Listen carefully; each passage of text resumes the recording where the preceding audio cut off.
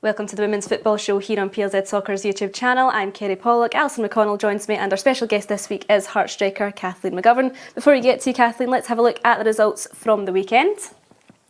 It was Hibernian 5, Motherwell 0, Aberdeen 1, Rangers 2, Montrose 1, Partick Thistle 2, Glasgow City 1, Celtic 0, Hearts 1, Spartans 0, Dundee United 1 and Hamilton 4. Kathleen, a victory for yourselves at the weekend, solidified your place in the top 6. Talk us through that. No, it was good to obviously get the 3 points, because the 3 points is the most important thing every game. But now we played really well yesterday. Should have been probably more, but no, happy to get 3 points and be in the top 6. And you have picked up an injury, unfortunately. How close are you to getting back on the pitch? Hopefully maybe a few weeks I'll be back running, and then hopefully back for the split in March. So if everything goes to plan, that's the plan. Well, am I right in saying you've got Rangers next? Yep. Up next. How much of a different challenge will that be for the team, considering where they are in the table at the minute and how they're playing? It's always a hard game, playing the top 3. But like previously, we've played well against Rangers, I feel. So hopefully we can just continue the momentum, especially with the result yesterday, and take it into the Rangers game. Absolutely. They've really been the team to beat this season. Like, I think Glasgow City, the only team to take points off them. They drew against them, but I think Aberdeen gave them a fairly decent game of it yesterday. Will you guys take a wee bit of inspiration from that?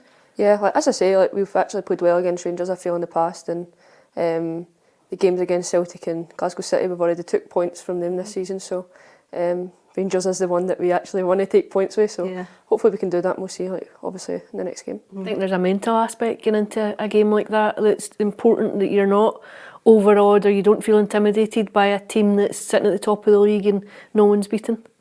Rangers are a good side, like, really, really good side, but like, as I say, like, we actually do like play better against these better teams, I feel like. We seem to know that coming into it, it's a harder game, so now hopefully like, we can perform in the day and maybe take points or even the 3. Do you think that's a lot to do with maybe a lot of people thinking that you guys are the underdogs going into the game and there's not as much pressure, I suppose, going up against these teams? Probably. I think that we are the underdogs going into the Rangers game, so if we can take something, then of course it's a positive for us. Well, we've had the manager, Eva Ollid, on the show as well. Tell us a bit about her insight into the game and how she likes to prepare ahead of fixtures. Eva is just football. She doesn't see past football. So her tactics are really good. She likes to have the ball on the deck and play football, and not really long balls is not the game. So now we'll just be training hard and see what happens in the day. As a striker, does that suit you, that sort of play? Yeah, I think that Eva wants to play to everybody's strengths, especially in the team. It's definitely whatever your strength is, we play to. So, it's good. Yeah, well, speaking of Rangers, Ali, they're the team for you to win the league. They're running away with it, 6 points clear at the minute, but Glasgow City got a victory over Celtic yesterday. Yeah, I think a really important win for City in terms of where they were and where they are. It obviously pulls the gap back on Celtic to 2 points, albeit that Rangers have an 8-point lead over City. But I think, for me, having watched the top 3 quite a few times, I think Rangers are the best team in the country. I think they're very fluent. I think they've got a lot of goals in them. They don't concede a lot of goals. I think they're very organised.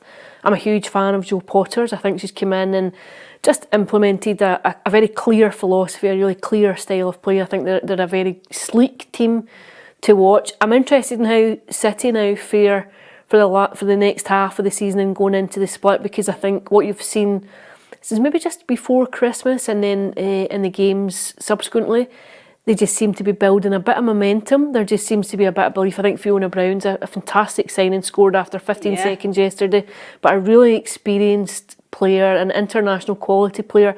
I think she could be pivotal to City going into the real business end of the season. Celtic, I have to say, I think they look shell-shocked following the departure of Fran Alonso. Maybe the alacrity of how that came about and the surprise element of how it came about seemed to just come out of the blue. I think the players look a wee bit disjointed in games. That's Rangers and Glasgow City. Maybe a really tough introduction for Elena Sadiku, but they've offered very little menace in these games, very little threat up front. I think they're going to have to just draw breath and collect themselves. But certainly an intriguing run in now for the last few months of the season. Yeah, definitely. Well, let's have a look to see what the City boss Leanne Ross had to say about that victory yesterday. Yeah, I think it was an important 3 points for us today. It obviously closes the gap on the top two, and I think that was the intention all week, was to just be focused and be ready for the challenge that Celtic were going to bring. And I think you can see from the start that we had to the game that was how the players went out on the pitch, 100% focused and ready to go and fight for everything to get those 3 points. Now, you've obviously played Glasgow City already this season. It was a 0-0 draw the last time you faced them. What was the mentality going into that game?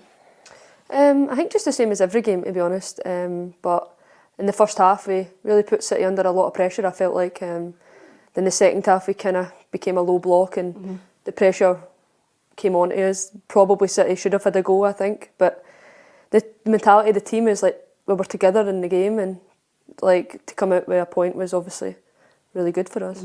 That victory against Celtic, Ellie, does that just show that there's no signs of panic, even though we were saying a couple of weeks ago perhaps City are going to fall down the table, Celtic and Rangers might run away? Is that just the experience shining through for them? Yeah, I think so. I think a bit of everything. I think that they've definitely, as I say, I definitely sense a bit of momentum building just across recent performances in the last few weeks. I do think they've got a very experienced spine in there across the team, and of course in the management side of it. I think they are a calm team. I don't think that they're prone to panicking in times of adversity, and I do think I think the signings that they've made, they've obviously brought in the Finnish winger too, but I think Fiona Brown will be huge for them. And I think what that might enable Leanne Ross to do is to give Lauren Davidson a kind of slightly different role within that team too, and I think you'll maybe see her coming to the fore a bit more as well. I think the top three teams, I think, are just a level above everyone else. I think we've spoken about this before, it's almost as if you have three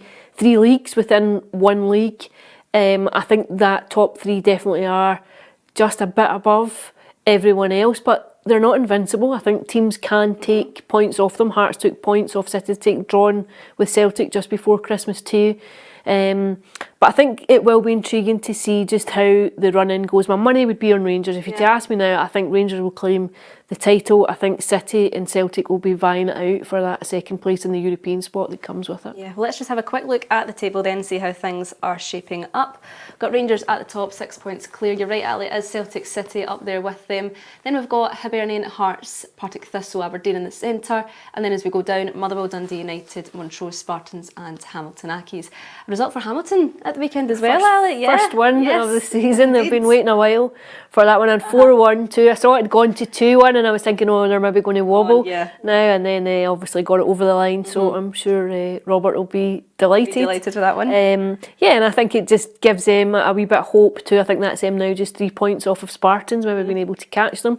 So yeah, I'm sure he'll try and pull in the positives for that. In actual fact, I think the bottom half of the table might offer quite a bit of intrigue now across the next couple of weeks, because that's the top six now all secured. 4 games to go and you know what the top 6 is. You'd have to give a word to Brian Graham and to Partick Thistle. I thought that was just a remarkable achievement. I think for a part-time side to twice be up there, like both seasons, to make that top 6 and with such a bit to spare, I think it's fairly remarkable. Definitely. Have you ever been in a situation, Kathleen, like we're speaking about Hamilton there, where it is getting a bit tough, you're not getting the results in? How do you keep yourself on top and motivated? I think if you're together as a team, then it's the most important thing, because then everyone's got each other. Don't think I've been in a situation like that, but I've been in a situation when I was with Hamilton Accies in the second league, and we were going for promotion, so it was kind of like a wee bit of the opposite, but you're going, it was like between us and Partick Thistle at the time. It's togetherness, and everyone's got each other then, hopefully. Well, tell us a bit about your time you spent in Germany then. A bit of an up and down season again. When I went first in there, I signed like when they were at the first Bundesliga, and I had a wee bit of problems with the knee, and I ended up getting my debut against Hoffenheim, but it was a complete different level. It was crazy, so physical, just a different game from Scotland, but then we got relegated to the second league, and we were kind of up and down, but I would just say like it was so different from being here in my comfort zone to moving away, I learned a lot about myself as a person and as a player. So it's probably the best thing that I ever did in my career, to be honest, so far. It's quite bold, I think, when you're a young player to make that move. I know a lot of people maybe gravitate towards home comforts and maybe staying at home, but do you feel as though it improved you as a player to go and see a different style of football? No, 100%. Like, I would definitely do it again. Like, in some time in my career, I would hope to maybe go away again and experience a new country. But no, it was probably the best thing I did at that time. I obviously had just left Celtic and the opportunity arose, and I was like, I went in a trial, and then I was amazed with how much I could probably improve there. I would say mostly I improved as a person and as a player, but it was just a complete different league. And as you say, I think it was the best thing that I did at that time for myself. Different culture as well. You know, you're going into learning a new language and living away from home. Was that the first time you'd been away from home on your own? Yeah, that was the first time that I had been away myself, and like my parents came to visit and some friends came to visit. But I think, as I say, like, it was probably one of the best things I did, because I did learn a lot about myself. I was only like 19, like living away like myself in my own house. So it was so good for me. And as I say, I would definitely do it again at some time, to go away and live in a different country and see a different league, because I'm kind of a person who likes to travel. So it was really, really good. What about the language as well? Was that a bit of a struggle to begin with? Very hard. So hard. But I learned with some of the other girls who, the first time I was there, it was mostly international players, but the second time it was a lot of German girls, and I actually did classes with some of the girls sometimes, like an hour a day, and they would start to just speak in German, so I would try to understand whilst they were speaking in German, and I picked it up fast. I couldn't speak in German, but I understand everything that was going on, so that was really good. Oh, good. Really good. I suppose it's about learning key phrases. First of all, it's about learning everything you need on the pitch. Like, that's your first kind of, I would imagine. Yeah, the coach was like kind of good. We had like a translator at some points, so when someone's like translating in English, then they were speaking German, you kind of pick it up fast, because it's the same words that kind of get used.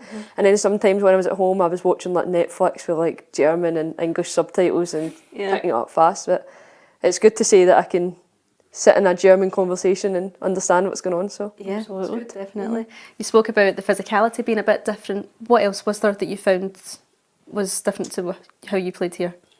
Just very, very strong. Like the players were just very strong and very athletic. Just like to run. Like they were so focused on like your stats and your GPS data, like from running.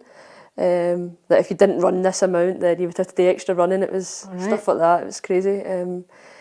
But I would just say like that. Like the technical aspect of it is a bit kind of similar. I would say like here is probably maybe a bit more technical, and I would say, but definitely like the running and the strength is like crazy. The ability. And you did pick up an injury when you were over there.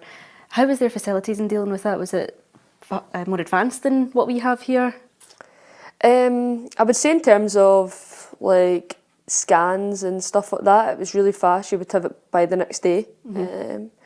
But the gym and stuff wasn't as like high spec as here, I would say. Like definitely at Hearts I have a better gym and stuff, and the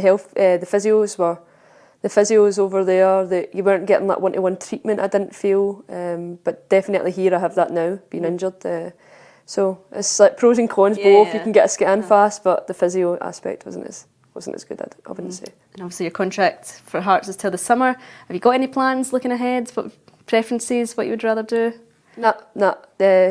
Firstly get back from injury, and then kind of see where it takes us and see what happens after that. Just on your injury again, you spoke about the surfaces that were different. It was more grass in Germany. We'd have a lot of AstroTurf here. Do you prefer grass to run on? Does that suit you?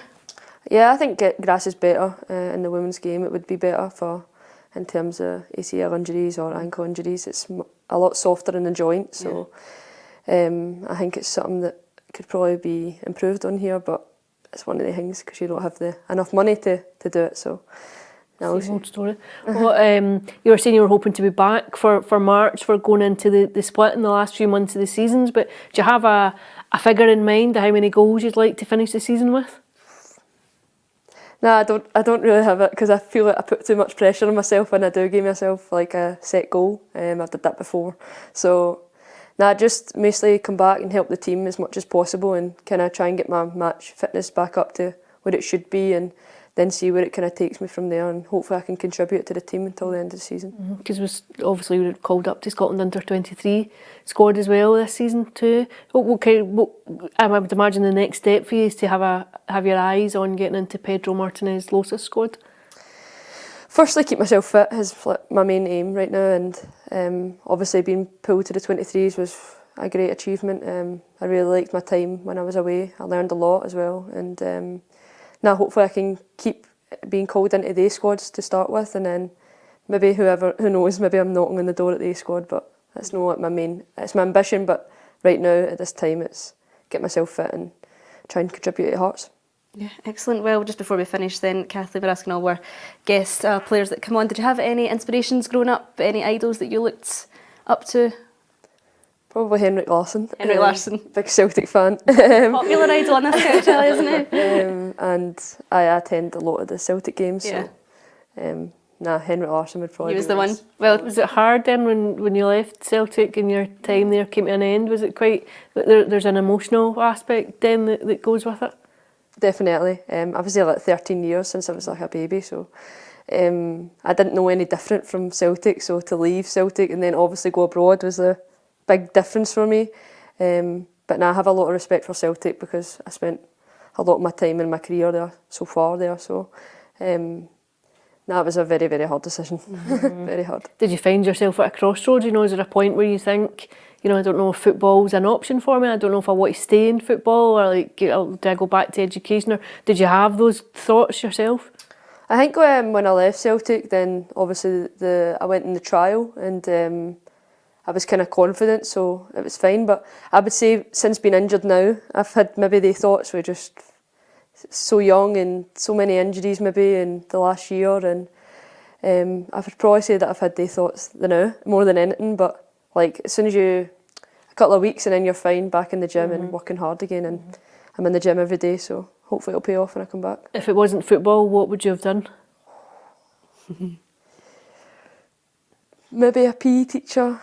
Right. I don't know, police maybe, or something like that. But something definitely physical and active. I wasn't really much of a brain box at school, can't lie. But no, definitely something like physical. Or I would do the police. Like I always speak to, Danny in the team. They're in the police, and I'm always speaking, asking questions. So something that I'm intrigued in. I'm always watching the shows on the TV and that. A few actually, Natalie Ross as well. Yeah, actually, there's a few in the team. The kit woman and then Danny, the player. So now I'm always asking questions. She's like, I'll help you, but I'm like, no. Well, best of luck for the rest of the season. Hopefully the injury is cured, back to the pitch soon, and we'll be back next week with another star to look forward to and some more action as well. We'll see you then.